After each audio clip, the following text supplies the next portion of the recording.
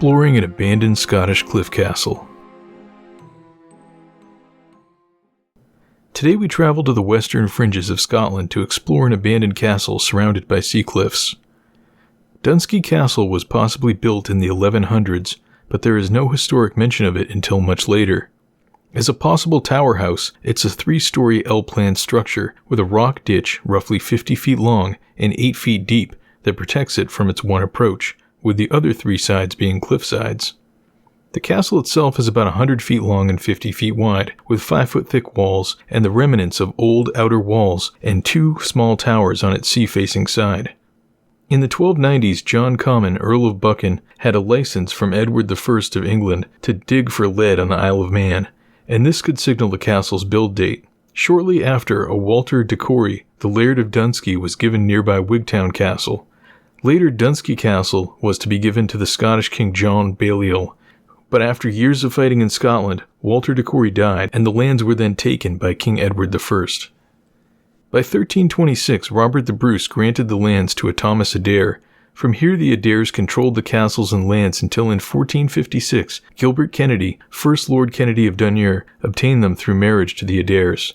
Within a year, the castle would, however, be inherited by Roland Adair, having come of age. In 1486, Roland Adair died and the lands were granted to an Alexander Bruce instead of to his son William Adair.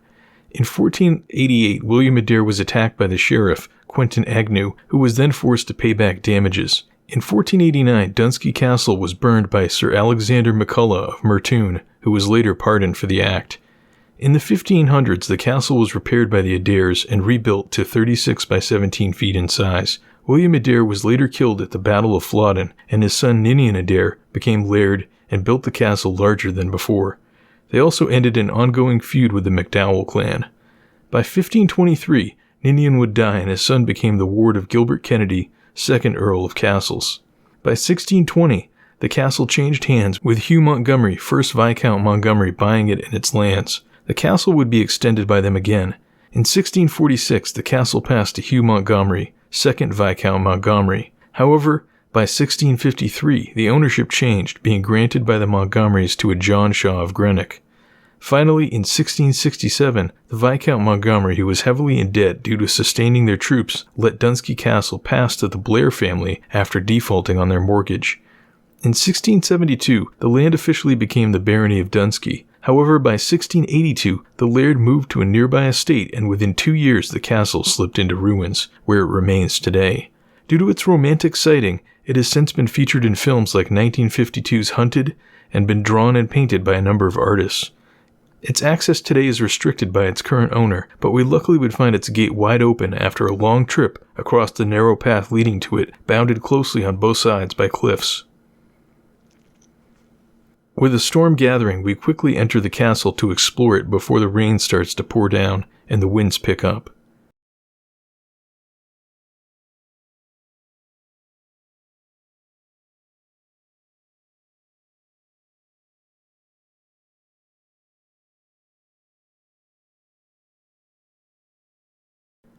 Traveling through the main gate, it is quickly apparent how narrow the castle is. We are quickly into the courtyard, with narrow heaps of stone outlining where walls once stood.